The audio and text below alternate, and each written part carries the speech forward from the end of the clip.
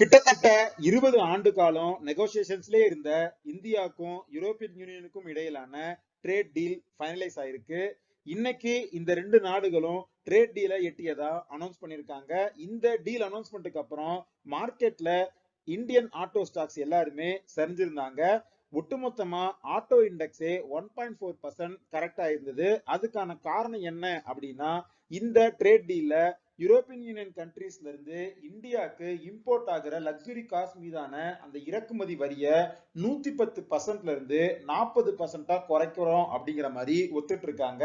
அது மட்டும் இல்லாம இன்னும் அடுத்தடுத்த ஆண்டுகள்ல இதை குறைச்சு 10% வரைக்கும் ஆக்க போறோம் அப்படின்னு சொல்லி அனௌன்ஸ் பண்ணியிருக்காங்க. ஸோ இதனால இந்த வெளிநாட்டு கார்ஸோட விலை அப்படிங்கிறது இந்தியன் மார்க்கெட்ல குறையறதுக்கான வாய்ப்பு இருக்கு. அதுவும் BMW, வோல்க்ஸ்வேகன், பென்ஸ் மாதிரியான கம்பெனிஸோட இந்தியன் மார்க்கெட் சேல்ஸ் வந்து இன்க்ரீஸ் ஆகிறதுக்கு சான்ஸ் இருக்கு. அவங்க இந்தியன் ஆட்டோ மேக்கர்ஸ்க்கு ஒரு காம்படிஷனா இருப்பாங்க அப்படிங்கிற மாதிரியான நியூஸ் வந்து வந்திருக்கு. இதுல நாம கவனிக்க வேண்டிய விஷயம் என்ன அப்படின்னா, இந்த இம்போர்ட் டியூட்டி டிடக்ஷன் அப்படிங்கிறது கோட்டா பேசிஸ்ல தான் நடக்க போகுது. அதாவது வருஷத்துக்கு 2.5 லட்சம் வெஹிக்கிள்ஸ்க்கு மட்டும்தான் இந்த டியூட்டி கட் அப்படிங்கிறது அப்ளை ஆகும்.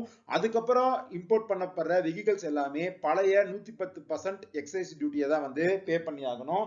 அது மட்டும் இல்லாம இதுல எலக்ட்ரிக் வெஹிக்கிளுக்கு இந்த இம்போர்ட் கட் வந்து அப்ளை ஆகாது. அவங்களுக்கு இப்பவுமே 110% தான் வந்து அப்ளை ஆகும். ஸோ இந்த நியூஸ்னால தான் மகேந்திரா அண்ட் மகேந்திரா, ஹூண்டாய் இந்த மாதிரியான ஷேர்ஸ் வந்து 4% டவுன் ஆயிருந்தது.